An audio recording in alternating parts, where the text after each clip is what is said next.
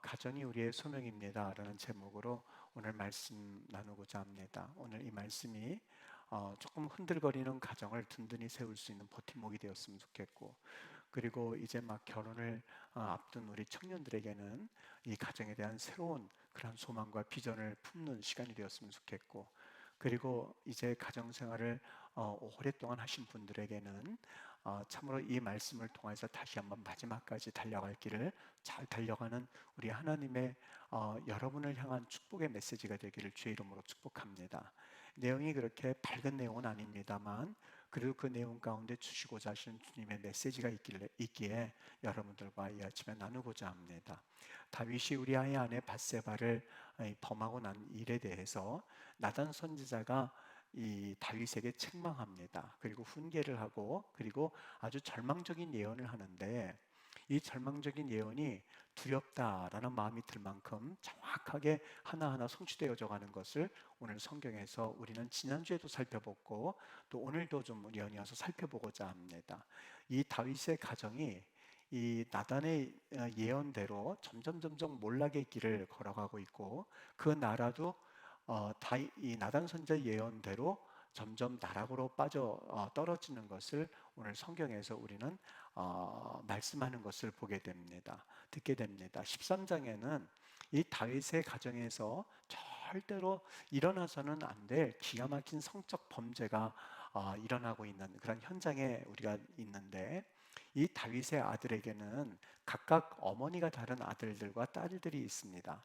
그런데 이 다윗의 아들 암논이 자신의 그 어머니가 다른 그 누이 동생 다말을 이 성적으로 아주 몹쓸 짓을 하게 된 거죠. 그러니까 이 몹쓸 짓을 하고 나서는 물론 이 다말이 여기에 대해서 너 그러지 말아라, 12절 보면 마땅히 일은 이스라엘에서 있어서는 안 될 일이라고 거부를 했습니다만, 그가 14절 말씀 보면 무력으로 이 못된 짓을 행했던 것을 오늘 성경에서 읽을 수가 있습니다. 14절만 제가 한번 읽어드릴게요. 암논이 그 말을 듣지 아니하고 다말이 거부하는 이야기를 듣지 아니하고 다말보다 힘이 셈으로 억지로 그와 동침했다. 이렇게 함으로써 이 다윗의 가정에 아주 끔찍한 이 성범죄 사건이 일어나게 되었던 거죠. 이제 암논은 다말을 쫓아내기만 하면 문제가 해결될 줄 알았는데, 오늘 19절 말씀에 보면 그 말씀 가운데 이 다말이 이런 못된 일을 당하고 나서는 그냥 잠잠히 있었던 것이 아니라 죄를 뒤집어 쓰고 채색 옷, 그러니까 이 아직 결혼하지 않은 처녀라고 하는 것을 나타내는 상징적인 옷이었거든요. 그 옷을 찢어버리면서 머리에 손을 얹고 크게 울부짖었다, 이렇게 말씀하고 있습니다. 울부짖었다는 말이 짜크라고 돼 있는데, 이것은 그냥 구슬퍼서 우는 울음이 아니라 아주 동네방네 다 들리도록 소리 지르면서 우는 울음을 뜻합니다. 그러니까 지금의 쉽게 말하면 고발했다고 그럴까요? 미투 운동처럼 그냥 세상에 다 그냥 떠벌린 겁니다. 내 오빠 이 암논이라는 사람이 나에게 이렇게 못된 일을 했습니다 라고 하면서 막 울면서 자기의 억울함을 호소하게 됐었던 거죠. 여러분, 형제 자매 간에 이 기막힌 사건이 있어서는 안 되는 사건이죠. 절대로 우리가 상상조차 할 수 없는 사건인데, 이 사건도 굉장히 불행하고 참 마음 아픈 사건입니다만, 또 한 가지 또 다르게 마음 아픈 사건이 있습니다. 그것은 다른 것 아니라 이 억울한 그러한 사건이 생겼고, 이 억울한 여인이 생겼으면 이것에 대해서 그 여인을 도와주고 어떻게든지 회복하게 하자 하는 그런 노력이 있어야 되지 않겠습니까? 무엇보다도 이 다윗이라고 하는 이 왕이자 이 자녀들의 아버지는 율법을 지키고 도덕을 지켜야 될 의무가 있었던 사람이었지 않습니까? 그런데 자기의 딸이에요. 자기의 딸이 그렇게 외쳐대고 그리고 울고 분노하고 있음에도 불구하고 이 딸에 대해서 그 어떠한 책임도 지지 않는 무책임한 아버지의 모습이 오늘 다윗의 모습이었거든요. 자신의 아들이 그런 짓을 저질렀다면 감옥에 집어넣는 것 그건 둘째치고 그에게 있어서 어떤 벌이라도 주어서 이것에 대해서 심각성을 느낄 수 있어야만 했었습니다. 그런데 이 다윗의 태도가 어땠냐면, 오늘 21절 말씀, 다윗 왕이 이 모든 일을 듣고 심히 노했다. 거기에는 암논을 잡아서 감옥에 집어넣었던 말도 없습니다. 암논을 불러서 심하게 질책했다는 말도 없습니다. 그냥 화만 냈다는 얘기, 심히 노했다. 그리고 나서는 그 다말에 대해서, 그리고 아들에 대해서 침묵했던 겁니다. 이것이 이해가 되지 않았습니다. 여러분, 딸이라고 하는 그 존재는 물론 아들도 그렇습니다만 아버지의 보호가 필요하고 아버지의 사랑이 필요한 존재입니다. 그런데 이 다말에게 돌아온 건 뜻 모를 침묵이 전부였었던 것이죠. 아무런 조치도 취해지지 않았었던 겁니다. 그저 얼마나 억울했는지 죄를 뒤집어 쓰고 자기의 옷을 찢어버리고, 그리고 그냥 울부짖으면서 오라비 압살롬의 집에 처량하게 묵었었던 겁니다. 여러분, 다윗의 성품상 저는 이 대목이 어떻게 해서 다윗이 이런 모습으로 이렇게 전락하고야 말았을까 잘 이해가 되지를 않았거든요. 여러분, 어떠한 존재였습니까? 그 수도를 정해서, 그래서 예루살렘으로 정해서, 그래서 이스라엘을 부강하게 만든 그러한 장본인이었었죠. 기억하시죠? 지지난주에 법궤가 들어올 때에 발을 하늘로 하고 머리를 땅으로 하면서 옷이 벗어진 줄 모른 채 하나님이라고 하면 정말 모든 것이었던 순수한 열정의 사람 다윗, 이것만 생각하고 있다가 오늘 이 모습 가운데는 도저히 이게 왜 사람이 이렇게 망가졌지 하는 마음이 들 만큼, 이뿐이었습니까? 성전을 건축할 기틀을 마련해서, 그래서 하나님의 백성들을 명실공히 하나님께로 그 마음이 향할 수 있도록 그에게 있어서는 사실상 이렇게 더 할 수 있을까 싶을 만큼 엄청난 하나님에 대한 열정과, 그리고 그 백성들을 하나님께로 이끌었던 존재였습니다.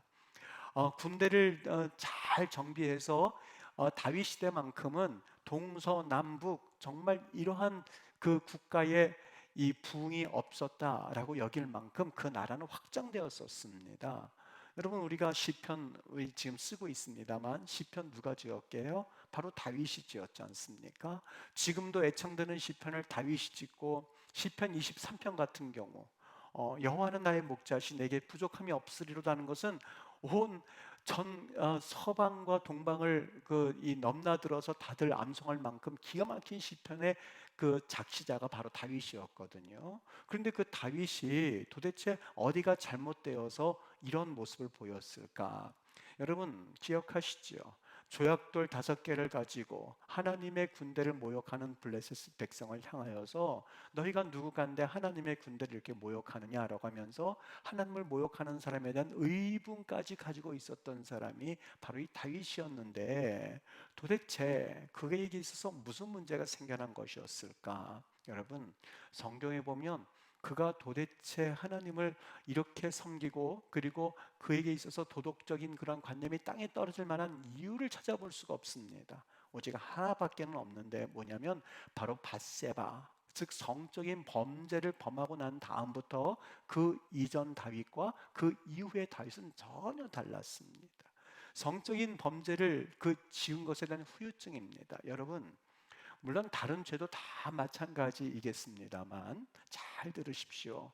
성적인 범죄는 다른 범죄와는 전혀 성격이 다릅니다. 전혀 다릅니다. 어떻게 다르냐? 이 성적인 범죄가요, 고린도전서 6장 18절 보면 음행을 피하라. 사람이 범하는 죄마다 몸 밖에 있거니와 도둑질, 마약, 사기치는 거, 그리고 거짓말하는 거, 그리고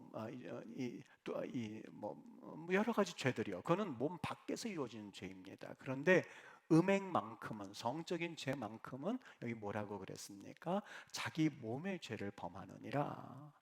바로 여기에 문제가 있는 거죠. 여러분, 하나님께서 우리를 결혼이라고 하는 이 어떤 제도 안에서 부부가 하나 되게 하는 것은 신비한 비밀이 있습니다. 둘이 하나가 되는 그런 비밀을 허락해 주셨는데 이것은 축복이에요. 언제요? 결혼이라고 하는 제도 안에 있을 때는 축복인데 그 틀을 벗어나면 이것만큼 저주가 없습니다. 왜요? 둘이 하나가 되는 그 엄청난 비밀 가운데는 육체뿐만이 아니라 무엇보다 정서적인 면이 하나가 되는 면을 같이 말씀하고 있거든요. 여러분, 이 종이가 있다고 해보세요. 종이가 2개를 다 붙여놨는데 아주 풀로 잘 붙여놨어요. 아주 멋있게 붙여놨는데 일이 있어서 이걸 떼어야 될 일이 있지 않습니까? 종이를 떼어서 해드리는데 그 종이를 이렇게 한번 떼어보시죠. 그 종이를 붙이기 전하고 종이를 붙인 이후에 그 모습이 똑같은가요? 아니요. 풀을 잘 바르면 바를수록, 그리고 그걸 철저하게 발랐을수록 그 종이를 띌 때에 종이가 찢어지고 떨어지고 너덜너덜해지고 형편없이 사실 못 쓰게 됩니다. 바로 이것을 의미하고 있어요. 여러분, 하나님께서 하나 되게 하였다가 그것이 찢어질 경우에는요, 찢어질 경우는 그 종이가 온전하게 되지 못하는 것처럼 사람이 감각을 먼저 잃어버리게 됩니다. 삶의 목적의 일부를 잃어버리게 돼요. 왜 그러냐? 같이 하나가 됐다 그것이 빠져나가기 때문이라고 생각하면 됩니다. 나의 일부가 헤어진 사람에게, 그러니까 음란이라고 하는 죄는요, 음란이라는 결혼권 제도 틀 안에 있다가 찢어져도 이러한 모양이거늘, 음란이라고 하는 죄는, 성적인 죄 같은 경우는 이거는 형편없이 그 사람을 망가뜨리는 하나의 악한 마귀의 수단이거든요.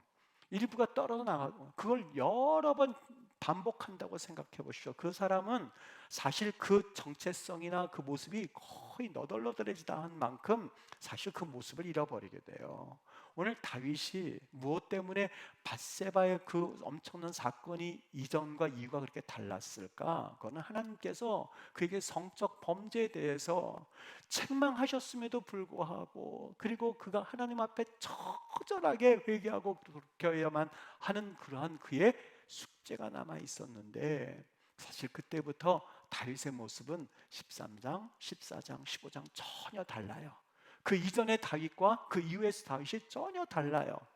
여러분, 다윗은 정말 하나님 앞에 그 이 막 법궤 앞에서 춤을 추면서 하나님 앞에 순수한 마음을 가지고 하나님이라면 만군의 여호와라고 그랬기도 했고, 그리고 여호와의 군대를 무시하면 만군의 여호와 이름으로 내가, 너는 칼과 창으로 나오지만, 단창으로 나오지만 나는 만군의 여호와라는 이름으로 순수하게 나왔던 다윗이요, 그 이후부터는요 전혀 다른, 이상하게 그랬던 다윗이 이 결혼 생활만큼은, 여자와의 관계만큼은 사실 이해가 되지를 않아요.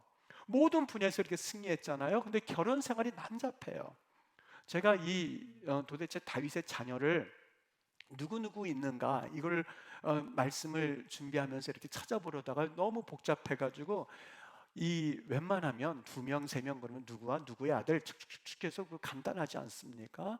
그런데 이 다윗의 자녀들이요, 이렇게 크게 2개로 나눌 수 있어요. 하나는 이 처음 수도였었던, 저기 어디죠? 저기 이 헤브론에 낳은 자녀들, 그 다음에 예루살렘에서 낳은 자녀들과 쫙 나뉘어지고요. 엄마가 누구냐에 따라서 나뉘어지고, 심지어는 역대기 이 3장 9절 말씀에 보면 이런 말을 합니다. 다 다윗의 아들이요, 다 다윗의 아들이요, 그들의 누이는 다말이며 이 외에 또 소실의 아들이 있더라. 여러분, 이 말씀 가서 보면은요, 6명의 아내가 있는데 거기에다 누구까지 해야 되냐면 미갈과 밧세바까지 몇 명이죠? 8명이 되죠. 거기에다가 맨 마지막에 그의 마지막과 함께 있었던 아리따운 처녀라고 돼 있는데 그 사람 누구죠? 아비삭까지 하면 몇 명이에요? 9명. 9명이요. 이거를 표로 한번 작성해 봤는데 여러분 한번 보세요. 이래요. 그 표가 이래요. 저렇게 돼 있어요. 첫 번째서부터 미갈, 아히노암, 아비가일, 마아가, 핫깃, 아비달, 에글라, 처음 듣는 이름들 많죠. 밧세바, 아비삭. 그 다음에 저기 아히노암에서 낳은 아들이 암논, 그리고 마아가에서 낳은 딸이 다말. 그래서 압살롬이요, 저기 표시해 놓은 거는 암논을 죽였다는 뜻이고요, 암논은 없어지고 압살롬은 나중에 죽어요. 아도니아도 죽어요. 여러분, 이게 다윗의 가정이었었어요. 여러분, 정말 창세기 2장 24절 말씀, 남자가 부모를 떠나서 그의 아내, 여기에 아내라고 해서 한 아내를 말합니다. 한 아내와 합하여서 한 몸을 이룰지로다. 동서고금, 동양과 서양과 옛날과 지금을 다 떠나서 하나님이 우리에게 주신 창조 원리가 있는데, 한 명의 남편과 한 명의 아내가 있어서 한 몸을 이루는 것은 가정에 주신, 하나님이 주신 창조 원리에 속하거든요. 참 신기한 게, 하나님이 이 창조 원리를 우리에게 주신 대로 살아가면 문제가 없는데, 자꾸 창조 원리를 바꾸려고 하고 그걸 법으로 바꾸려고 하고 하다 보면 사실 어느 나라든지 간에 온전해지는 나라가 없거든요. 우리 새벽마다 하나님의 이 성경적 원리에 반하는 정부의 시책이 혹여라도 있다면 하나님 막아달라고 기도하는 이유가, 그것은 단순히 정부만을 위한 게 아니에요. 만약에 그것을 막지 못하면 여러분들이 망하게 될 거고 우리 후손들이 망하게 될지도 모르기 때문에, 이것은 사생 결단을 하고, 지금 이 기독교라고 하는 이름을 가진 하나님의 창조 원리를 알고 성경을 알고 있는 사람들이 목숨을 걸고 순교할 각오를 가지고 이걸 막아내야만 해요. 아는 사람들이 그걸 막지 누가 막겠습니까? 여러분, 목숨은 한번 걸 수 있어야 돼요. 어디에 거느냐가 문제예요. 어떤 사람은 돈에 목을 걸기도 하고, 어떤 사람은 연애에 목숨을 걸기도 하고 그렇게 합니다만, 여러분, 하나님의 사람들이라면 하나님의 뜻은 이거야 그러면 그 목적을 위해서 자기의 목을 한 번은 내놓을 수 있어야 돼요. 정말 예를 들어서 정부의 시책이 하나님의 법도와는 전혀 다른 거다라고 한다면, 여러분, 때로는 아까워하지 마세요. 순교할 각오를 가지고 한 번은 우리가 그 길을 걸어 나갈 수 있어야 돼요. 여러분, 동성연애법이 맞다고 보십니까? 평등법, 아니 평등한데 왜 그래? 아니요, 그 평등법 밑에 사실 아주 음모가 있어서 교회도 탄압하려고 그러고 기독교인도 탄압하려는 그 여러 가지 아주 세밀하게 나쁜 법들이 얼마나 많은지 몰라요. 이제 설교할 때 다 평등하니까 예수님이라고 복음을 선포하지를 못하거든요. 하나님을 왜 유일한 하나님이라고 하냐? 다 평등한데 이런 것도 전부 다 만들 수 있거든요. 그래서 예수님을 증거하게 되면, 사실 교회에서 증거하게 되면 그 분도 이제는 감옥에 가야 될 처지가 될 수 있는 것이 평등법에 사실 그 내면에 숨겨져 있는 것들이거든요. 무서운 법이거든요. 어디에 목숨 거셔야 되겠습니까? 여러분, 여기 보세요. 하나님의 창조 원리, 남자와 아내가 합하여서 한 몸을 이룰지로다 라고 하는 그 원리가 있음에도 불구하고 다윗은 결혼 생활만큼은 복잡했어요. 난잡했어요. 여러분, 그러다 보니까 과거에 순수했던 다윗, 하나님을 향해서 찬양하던 다윗, 그리고 하나님이라면 무조건 하나님 앞에 벌벌 떨던 그 다윗이 아니었었어요.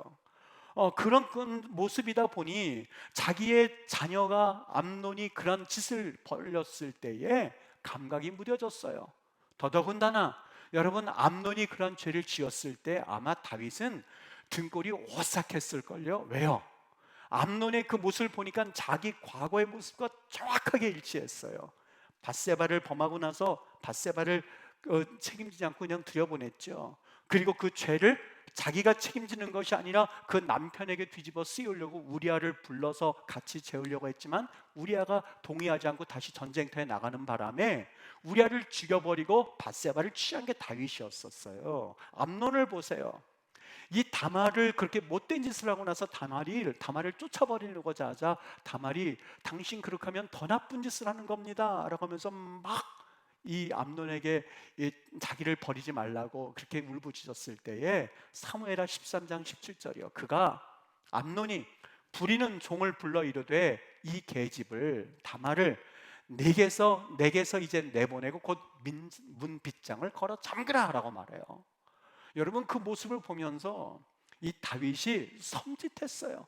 내 젊었을 때 모습인데, 내가 밧세바에서 행했던 그 일들을 아니 내 아들이 똑같이 행하고 있는 거예요. 여러분, 마음이 어땠을까요? 그 자녀를 향해서 이 못된 놈, 너 감옥에 가야 돼, 그렇게 말할 수 있을까요? 그 모습을 보면서 아휴, 내가 하나님 앞에 지었던 죄를 이 녀석이 그대로 짓고 있네. 나 이러다가 사실상 하나님을 다 떠났는데 이제는 큰일 났네. 그러면서 사실 무슨 마음을 품었겠습니까? 여러분, 이 일로 인해서 어떻게 되냐면 끝내는 압살롬이 자기 누이 동생이 다말을 위하여서 암논에게 술을 먹여가지고 그를 칼로 찔러 죽입니다. 형제 간의 복수국으로 이 칼부림이 난 사건이 다윗의 가정이었었어요. 어떻게 예언이 성취되었을까요? 나단 선지자가 12장 10절에 보면 이 밧세바를 범한 이 다윗을 향해서 이제 한 가지 아주 부드럽게 그에게 예언을 합니다. 어느 가난한 농부가 있었는데 그 암양 한 마리를 자기 새끼처럼 잘 때도 같이 재우고 먹을 거 자기가 먹을 거 주면서 그렇게 키웠습니다. 이 다윗이 목동이었었거든요. 그 말이 금방 와닿았습니다. 그래, 얼마나 귀하게 보냈는지. 자기도 그 양떼를 그렇게 소중하게 여겼었거든요. 그런데 졸부가 하나가 있었는데 그 졸부에게 손님이 찾아왔거든요. 그래서 그 졸부가 손님을 대접할, 자기는 양떼들이 많은데 자기 양떼들은 아까우니까 그 가난한 농부가 가지고 있던 그 암양을 데리고 와라. 그래서 사람을 보내어서 그 암양을 데리고 왔습니다. 아니, 이런 못된 놈이 어떻게 그렇게 할 수가 있지? 그러고서는 그 암양을 잡아서 그걸 가지고 손님을 대접했습니다. 당장 이놈을 데려다가 내가 교수대에 세울 것이다. 그때 나단 선자가 말합니다. 그게 당신입니다. 그게 당신입니다. 그리고 10절에 계속해서 예언합니다. 이제 네가 나를 업신여기고 햇사람 우리아의 아내를 빼앗아 네 아내로 삼았은즉 칼이 네 집에서 영원토록 떠나지 아니하리라 라는 예언이 그 형제들 간의 칼부림을 통해서 하나하나 성취되고 있었거든요. 여러분, 다윗이 이러한 예언을 들었을 때 철저하게 회개하고 골리앗을 물리쳤던 용기를 가지고 사울을 너그럽게 용서했던 그 너그러움을 가지고 다시 한번 자신이 하나님 앞에 지었던 죄에 대해서 눈물을 흘리면서 그 자리에서 물러나든, 하나님 난 자격이 없습니다, 물러나든 책임을 졌어야만 했었어요. 내가 그렇게 하지 않았어요.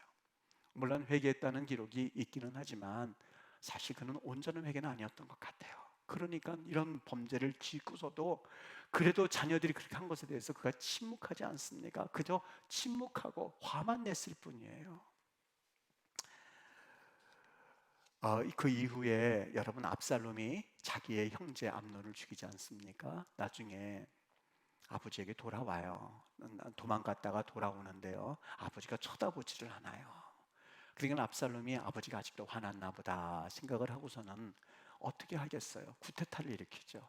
자기 다윗 아버지를 향해서 쿠데타를 일으키고 아버지를 이제는 쫓아내버리지 않습니까? 그리고 나서 우리가 지난주에 이야기했던 것처럼 아이도벨의 계략대로 아버지의 이 첩들을 전부 다 백주대낮에 동침하게 되죠. 그러니까 너는 은밀히 그 죄를 행했지만 네 죄로 인하여서 너는 백주대낮에 네가 이런 일을 당하리라는 말도 성취가 돼요. 그러고 나서는 끝내는 이 쿠데타가 실패로 돌아가는데요, 머리가 나무에 걸려서 그 다윗의 부하에 의해서 칼에 찔려서 죽습니다. 여러분, 사무엘하 18장에 보면 이 압살롬이 죽은 것에 대해서 다윗이 구슬프게 울거든요. 이렇게 울어요. 내 아들 압살롬아, 내 아들, 내 아들 압살롬아, 차라리 내가 너를 대신하여 죽었다면 압살롬, 내 아들아, 내 아들아. 문장이 이어지잖아요. 그만큼 구슬펐다는 것을 말씀해주고 있죠. 울부짖고 있는 것을 볼 수가 있죠. 여러분, 전 이 광경을 보면서 다윗은 모든 분야에서 다 성공했던 사람입니다. 팔방미인이었습니다. 정치, 경제, 군사, 또 그리고 법계, 종교적인 면에서 다 성공했던 사람입니다. 어디만 빼고는요, 그의 가정을 빼고는, 여자 관계만 빼고는, 성적인 범죄만 저지르지 않았더라도 사실 그는 이 이스라엘 백성에 있어서 영원토록 성군으로 남을 수 있었을 텐데 그가 거기에 실수를 한 거예요.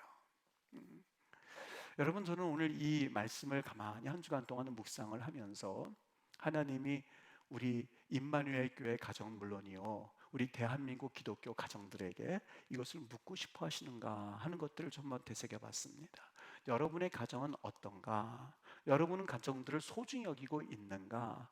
하나님께서 여러분에게 주신 한 남편, 한 아내를, 그리고 자녀들을 정말 소중히 여기고 있는가? 아니면 익숙함에 속아서 우리의 소중함을 다 잃어버리고 있는지를 하나님께서 묻고 계시다는 생각이 들기 시작했습니다.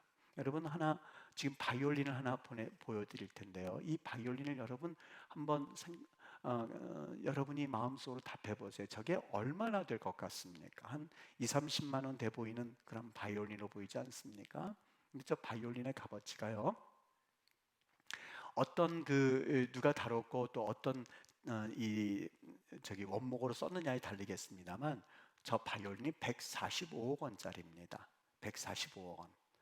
그러니까 만일 저것을 저한테 빌려준다면 여러분에 보여드릴 때 그냥 한 손으로 들고, 여러분 바이올린 보세요, 이럴 내용의 그 악기가 아니에요. 소중하게 여기에 이거 다 치우고 여기다 놓고선, 여러분 145억 원짜리입니다.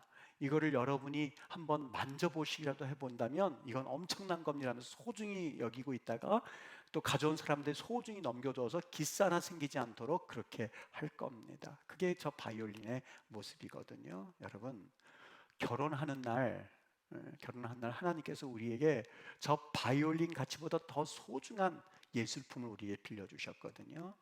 그 예술품은 정교하게 만들고 그리고 세심하게 다듬은 걸작 중에 걸작을 우리에게 맡겨주셨어요. 단 하나뿐인 창작품을 나에게 맡겨주신 거거든요. 여러분들 옆에 있는 아내, 여러분들 옆에 있는 남편이고 자녀들이에요. 자녀들이에요. 어떻게 여기시겠습니까? 너무 익숙해서, 그동안 항상 같이 있었기 때문에 익숙해서, 그리고 같이 있었기 때문에 내가 느끼지 못해서, 그래서 그걸 잃어버려 봐야만 소중했구나 그렇게 느끼시겠습니까? 여러분, 자녀들에게 여러분이 과연 그런 소중함을 느끼고 있느냐 하는 것을 오늘 우리에게 묻고 있었던 거예요. 만일 그렇게 하지 않는다면 오늘 다윗이 모든 것을 다 경험하고 나서는 압살롬아 하고 우는 것처럼, 그리고 자기 가정을 다 이제는 사실 하나님께서 주신 창조 원리대로 그 가정을 이끌어 보지 못한 다윗이 눈물을 흘리고 있는 것처럼 그런 눈물을 흘릴지도 모르겠다라고 하는 경고의 메시지로 들리기 시작했어요. 어떤 분은 말할 수도 있어요. 목사님, 먹고 사는 일이 너무 급해서요. 먹고 사는 일이 급해서요. 그리고 어떻게 보면 한순간에 실수가 있어서요. 여러분, 그 일이 중요하지 않다는 게 아니에요. 먹고 사는 일 때문에 내가 내 가정에 주신 하나님의 이 걸작품을 내가 느끼지 못했다면 나중에 먹고 사는 일은 다 이미 이루었고, 그리고 이제는 됐다라고 생각할 만큼 나라가 부강해지고, 그리고 법궤도 들여오고, 이제는 모든 군사들이 이제는 내 뜻대로 움직이고 하는 그 날이 올 때에 그게 아무것도 아니었구나 라는 생각이 들 때는 너무 늦는 순간이라는 것을 우리에게 보여주고 있지 않습니까? 한순간의 실수요? 여러분, 안 그래요? 이 다윗은요, 오늘 아내들, 여기 아내들이라고 표현했는데 아내들을 마치 골동품을 사모으듯 아내를 맞아들였어요.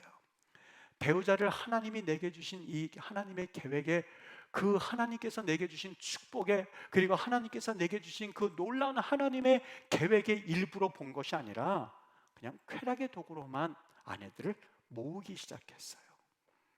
여러분, 타협해서는 안 됩니다. 절대 타협해서는 안 됩니다. 요즘은 SNS가 너무 발달이 돼서 음란한 영이 가장 안방으로까지 막 침투해 들어오는 이 기가 막힌 세대에 살고 있는데, 누구든지 간에 유혹해 오거든 당당하게 여러분 크리스찬으로서의 해야 할 말들을 하십시오.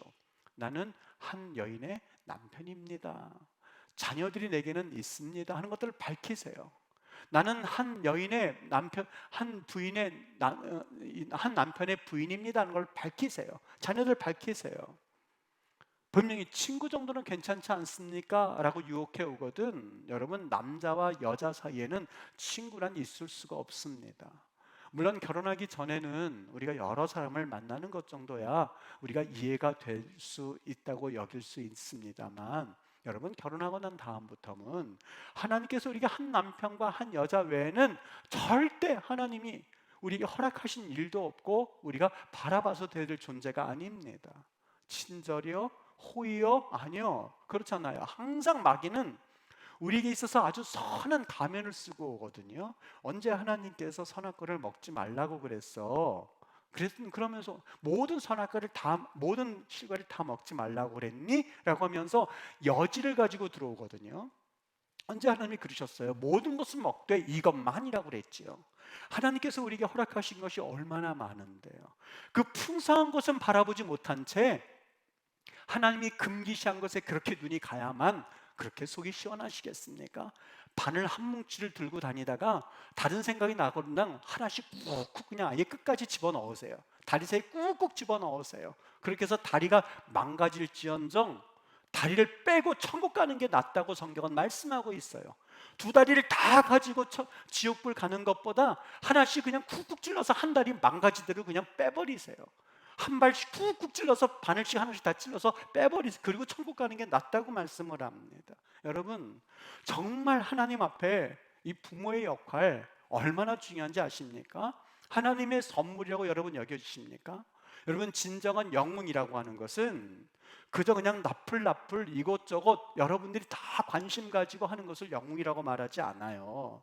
진정한 영웅은 그냥 허름한 바지 옷 입고 아침과 점심과 저녁 그저 정성을 다해서 가족들 먹이고, 돈은 많이는 없지만 최선을 다해서 반찬 만들고, 자기 집안 사람들에게는 음식 나누고, 가족들이 누가 아픈지 내가 아프지 않도록 자신을 잘 가꾸고, 밤에는 내일 늦게까지 자녀들이 입어야 할 옷들, 남편이 입어야 할 옷들, 부인이 입어야 할 옷들 다 준비할 수 있어야만 하고, 불쌍한 이웃들에게는 손을 내밀 줄도 알아야만 하고, 자녀들을 위해서 밤이 늦도록 하나님 기도할 줄 알아야 되고, 새벽에 일어나서 하나님, 정말 하나님 자녀들을 위해서 눈물로 하나님, 음란한 마귀들 가정으로 침투해 들어오고 있습니다, 음란한 마귀들 남편에게 임하지 않도록 도와주세요 라고 하면서 눈물을 흘려 기도할 줄 아는 그 명칭이야말로 그것이 바로 잠언 31장에 나오는 이야기거든요.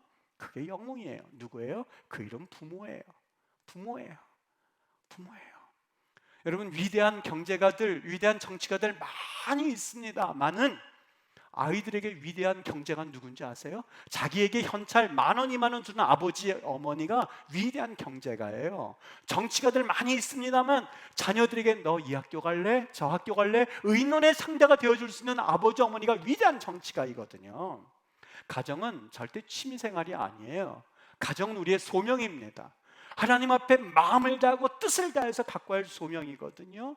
그래서 영웅의 또 다른 공식 명칭이 있다면 그것은 부모라고 할 수가 있겠죠.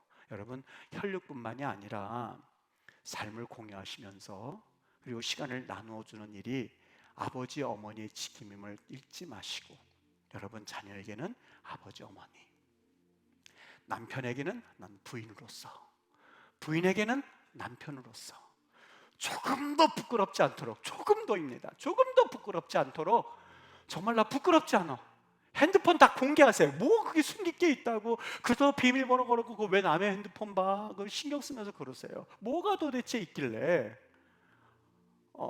남편과 아내 사이예요. 메일이요? 우표, 이메일이요? 다 공개해서 비밀번호 다 주세요. 다 보셔야 돼요. 다 보셔야 돼요. 다 하나인데. 여기 다윗을 보세요. 다윗이 마지막에 어떤지 아십니까? 임종이 임하였을 때 여러분 자녀들이 19명이에요. 19명. 부인 9명이에요. 그러면 다윗이 임종할 때 최소한 반타작이라도 해서 부인 4명, 아이들 10명 정도는 와서 다윗이 죽는 것, 다윗이 임종을 좀 지켜봐야 되지 않겠습니까? 다 뿔뿔이 흩어지고 신하들이 불쌍하니까 아리따운 동정녀, 아리따운 처녀라고 표현하고 있습니다. 아리따운 처녀 아비삭을 대신 들여보내줘서 수발을 들게 해요. 그게 다윗의 마지막이었었어요. 평생 싸운 나라와 달리 그의 마지막은 참 비참하고 쓸쓸하고 그리고 가련했던 것이 다윗의 모습이었습니다. 배우자를 소중하게 여기십시오. 여러분, 이 말씀은 그냥 단순히 설교가 아니라 생명입니다. 여러분을 살릴 수 있는 정말 키예요. 여러분의 가정들을 세울 수 있는 유일한 키입니다. 돈이 있어서가 아니라, 가정은 돈으로 이루어지는 게 아니거든요. 명예로 이루어지는 게 아니거든요. 배움으로 이루어지는 게 아니거든요. 오늘 이 말씀은 여러분의 가정이 흔들릴 때 꽉 붙들어 줄 수 있는 이 기둥과 같은 말씀이에요. 소중히 여기십시오. 그리고 하나님을 주인으로 모셔드리십시오. 철저하게 하나님이 주인입니다, 하나님 나의 하나님입니다 하는 그 고백이 가정의 울림이 될 때에 우리 가정들은 살아날 수가 있을 거예요. 대한민국 교회가 때로는 염려되십니까? 가정들이 음란한 것으로 인해서 이리 흔들 저리 흔들되고, 교회가 음란한 영으로 인해서 막 가득 차고 있었을 때에 교회는 흔들흔들거릴 수밖에 없고 대한민국 교회는 무너질 수밖에 없거든요. 철저하게 여러분 기도하십시오. 정말 기도하지 않고 어떻게 살아가나 이해가 되지 않는 세대에 우리가 살고 있어요. 코로나라고 그래서 그저 기도한다고 그러면 어떻게 코로나 시대에 기도하냐고요? 어차피 코로나로 죽나 기도하지 못해서 죽나 이판사판이라고 생각하시고, 나는 코로나로 죽는 길을 택하느냐 기도하다 죽느냐 두 가지 택하시면 됩니다. 기도하다 죽는 편이 나요. 죽고자 하는 자는 하나님께서 살리신 역사가 있거든요. 마지막 때에 순교할 각오를 가지고 살지 않으면 이제는 살지 못하는 시대에 우리가 살아가고 있습니다. 자녀를 위해서 목숨 걸고 여러분 부모들이 기도해 주셔야 됩니다. 정말 밤마다 기도해야 되고 새벽마다 기도하지 않으면 자녀들 펑펑 넘어갑니다. 이리 넘어가고 저리 넘어가고 음란한막에 넘어가고 여러 가지 사건 사고 생기는 거 보십시오. 얼마나 무서운 세상이에요. 남편들이요, 기도하지 않으면 그 남편들 한눈 팔 수도 있거든요. 한번 팔기만 하면 그때는 인생, 오늘 다윗 보십시오. 아무리 위대한 다윗이라도 금방 넘어가요. 장로, 권사, 집사요 천만에요. 다윗이 어떤 사람이었는데요, 그냥 넘어가 입금되어 있어요. 편안하기 때문에 기도 안 한다고요? 그 평안할 때에 하나님 앞에 기도하지 않으면 기도하지 않은 대가를 치를 날이 오면 너무 늦어요. 여러분, 하나님의 음성이라고 믿으시고 기도하세요. 기도하세요. 하나님, 이제라도 기도하겠습니다. 지금까지 평안하게 해주신 것 주님의 은혜입니다. 내가 기도하지 않은 그 청구서를 받기 전에 먼저 기도하기를 원합니다. 기도하세요. 그러면 흔들거리던 남편들 다시 돌이키는 역사가 있을 것이고, 하나님, 아내가 이상합니까? 하나님, 남편들이 한다 할지라도 열일젖히고 하나님 앞에 엎드려 기도하십시오. 지금까지 새벽에 일어나서 잠 못 자다가 죽었다는 사람은 한 번도 못 봤습니다. 피곤하죠? 피곤하죠? 잠 못 잔다고 죽진 않습니다. 피곤하기는 하죠. 눈꺼풀이 막 덮이긴 하지만 죽지는 않거든요. 기도 안 하면 죽습니다. 여러분 믿으십니까? 믿으세요? 기도 안 하면 죽습니다. 여러분, 기도 안 하면 죽습니다. 정말 하나님 앞에 사생결단하고 순교할 각오를 가지고 기도하십시오. 그러면 사는 역사가 있을 줄 믿어요. 이런 귀한 은혜를 가지고 우리 임마누엘 교회가 살아나고 한국교회가 살아나고, 그래서 다시 한번 우리 하나님이 살려주시는 그런 거룩한 그런 나라의 백성들 되시기를 예수님의 이름으로 축복합니다. 정말 기도할게요. 기도할 텐데 여러분, 내 귀에 들릴 수 있도록 한번 들으십시오. 하나님, 내 육신의 소욕을 따라서 그저 살았습니다. 하나님, 그러나 이제라도 하나님 앞에 돌이켜서 하나님 기도하고 살기를 원합니다. 남편을 위해서 기도하기를 원하고, 아내를 위해서 기도하기를 원하고, 자녀들을 위해서 기도하기를 원하고, 그렇게 살지 못했던 나를 용서하여 주시기를 원합니다. 여러분, 하나님 앞에 돌이켜서 회개하면 우리 하나님이 긍휼을 베풀어 주셔서 살 길을 열어주시는 것이 우리 하나님입니다. 우리 이 시간에 잠시나마 크게 소리 안 해도 되겠습니다. 주여 3번 부를게요. 주여 3번 부르고 정말 작게 소리 질러 되니까 하나님 찾는 그런 시간 갖도록 하겠습니다. 기도합니다. 주님, 주여, 주여. 아버지 하나님, 이 시간 우리 하나님 우리에게 책망도 주시고 용기도 주시고 은혜도 주셔서 하나님 가정을 살게 하시고 이 나라를 살게 하시고 대한민국 교회를 살게 하시고자 하시는 주님의 놀라운 하나님의 그 거룩한 뜻이 있어서 이 말씀을 우리 거룩한 백성들에게 들려주신 줄 믿습니다. 거룩이란 말이 무색할 만큼 음란의 죄를 짓고 있습니다. 거룩한이란 말이 무색할 만큼 하나님 앞에 얼마나 많은 죄를 짓고 사는지 모르겠습니다. 하나님, 이 우리를 깨워 일어나게 하셔서 다시 한번 하나님 우리 가정들을 살게 하여 주옵시고, 아버지 하나님, 다시 한번 우리 남편, 우리 아내들이 사는 역사가 있게 하여 주시기를 원합니다. 자녀들이 사는 역사가 있게 하여 주시기를 원합니다.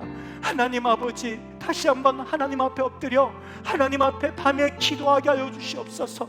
예배 시간마다 기도하는 우리 백성들 되게 하시고, 새벽에 나와 하나님 앞에 부르짖어 기도하는 주의 백성들 되게 하여 주시기를 원합니다.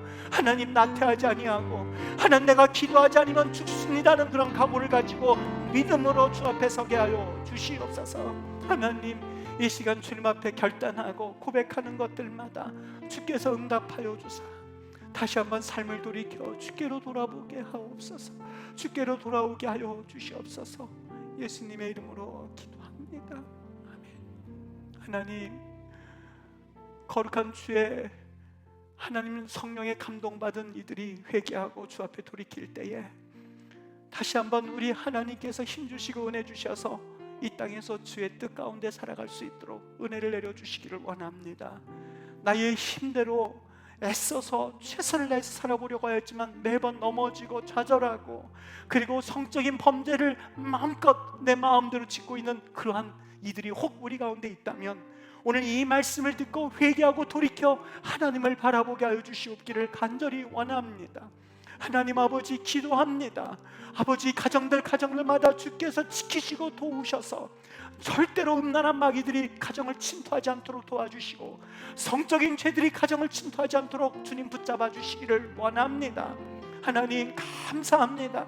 우리 임마누엘을 축복하여 주사 다시 한번 하나님께로 돌이키는 회개 역사가 나타나게 하시고 이 말씀을 듣고 다시 한번 믿음 가운데 든든히 세우는 거룩한 주의 가정들 되도록 주님 역사여 주시옵소서. 감사하며 예수 그리스도 이름으로 기도합니다. 아멘.